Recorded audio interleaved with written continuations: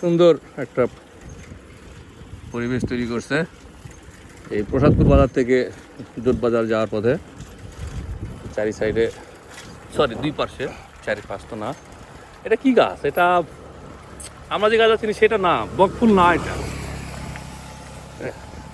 নামও জানি না। হ্যাঁ, ফুলের নাম জানি না। যাক, এটা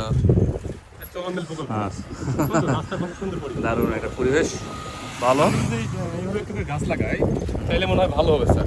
গাছের ভাই যদি একটু সামান্য একটু বীজ পুঁতে রাখি বা ছোট গাছ লাগাই দিই, সুন্দর হবে, পরিবেশটা সুন্দর হবে।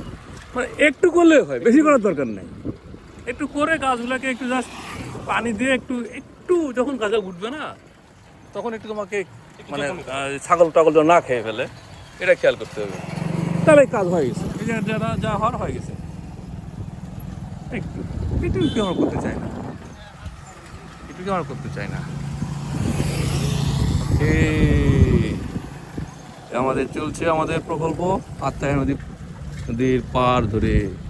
নদীর পাশে সরিষা ক্ষেত বোধহয়, সরিষা এখানে সব গন্ধে মোমো করেছে, যা হোক, আর নাক হইতে বন্ধ হয়ে গেছে।